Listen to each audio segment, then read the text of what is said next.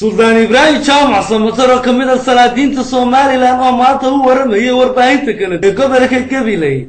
أي أمانته طاقم باليهود درب مدحونها الجمهورية الصومالي لأن مدن أحمد محمود سيرايو جركي لنا لو قبطي هذا الذي يولي قطبه مدحونه والكاسي كجيدي اسقو شيغاي سلطان إبراهيم جامع سمطر إن الصومالي لأن ما تقول كغادhay isla markaasina ay ka saraadina ku hambalyeynayaan madaxweynaha Soomaaliland sidoo kale Sultan Ibrahim Jaamac Samatar waxa uu taasi ku daray in shacbiga Soomaaliland ugu baaq in si diiran loo soo dhaweeyo gudaha gobolada dalka madaxweynaha Jamhuuriyadda Soomaaliland markuu ku soo laabanayo dalka Sultan Ibrahim Jaamac Samatar waxa kale hambalyo diray dhammaan xukuumadda Soomaaliland oo ku amaanay sidii wanaagsaneynay qurba joogta iyo waliba kala wasiiradu ay ka muujiyeen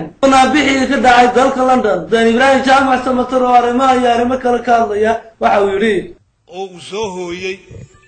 waftigii madaxweynaha Jamhuuriyadda Soomaaliland iyo waftigii uu hogaaminayay oo si heer sare ah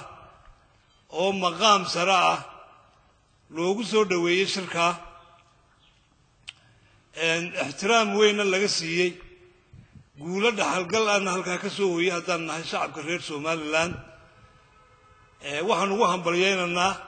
أنا قاس وهم بلياننا وشعب كرير سوماليلاند بان وهم بلياننا ووفتقا ومدحوينه وقامين جوش سوي أيان وهم بلياننا جوش هسي وحيا حيد قول أينان هرين مدة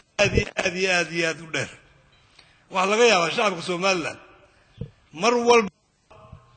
waxa aynu ku andacoon jirnay ama aan isfari jirnay in aan la tagin shir arrimo Soomaaliya laga hadlay taasi waxayna dhaxalsiisay inaan 20kii sano ee Jamhuuriyadda Soomaaliland ay jirtay inaynu ku jirnay hore u dhaqaaq wadana dib u soco jug oo halkaagi joogtay halkii baan ku weesraashay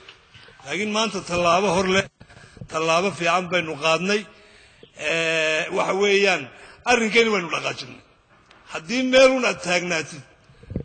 wax alla wax ku soconaya ma jirto waa inaad horumar gaadho geesinimada shayga leedahay ama raganimadu waxay meel ciriiri ku jirtaa ciriiriga ninka ugu bareera u baa helaya maaragtay guusheeda iyo dhaxalkeeda waxaan taladii aynu ku soo jeedinay ونمعان ده إبراهيم مقالة قبيلي